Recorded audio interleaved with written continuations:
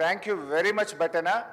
1,27,000 కోట్లు ఏడాది కాలంలో కాంగ్రెస్ పార్టీ అప్పు చేసింది చేసింది చేసింది చేసింది అని బట్టి గారు పదే పదే ఒప్పుకున్నందుకు అభినందనలు.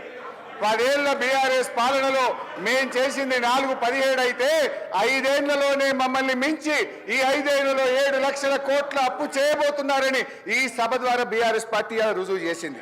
అయితే అధ్యక్ష బట్టి గారు ఏమన్నారు, మీరేం చేశారు ఏం చేశారు ఏం చేశారన్నారు. ఏం చేశానో చెప్తా వినండిక. ఏం చేసినాం అధ్యక్ష, ఈ రాష్ట్ర రైతాంగానికి కేసీఆర్ గారి హయాంలో 4,08,902 కోట్ల రూపాయలు ఈ రాష్ట్ర రైతాంగానికి ఇచ్చింది బీఆర్ఎస్ ప్రభుత్వం.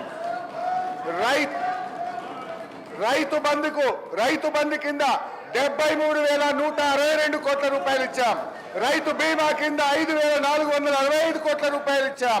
లోన్ వేవర్ కింద 28,000 కోట్ల రూపాయలు ఇచ్చాం.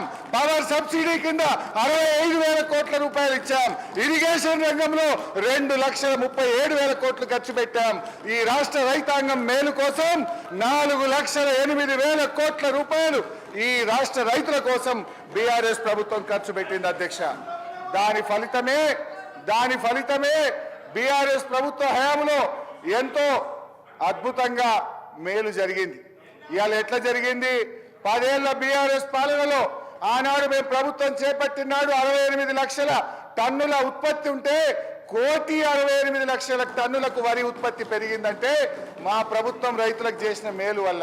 సాగు విస్తీర్ణం 1,31,00,000 ఎకరాల నుంచి 2,22,00,000 ఎకరాలకు 68% పెరుగుదలతో సాగు విస్తీర్ణం పెంచి మేము చూపించాం.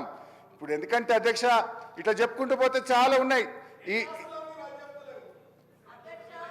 ఇప్పుడు మీకు అంత ఇష్టం లేకపోతే ఓఆర్ఆర్ టెండర్ క్యాన్సిల్ చేయండి. వి అప్రిషియేట్, టెండర్ క్యాన్సిల్ చేయండి. హరీష్ రావు గారు ముఖ్యమంత్రి గారు. అధ్యక్ష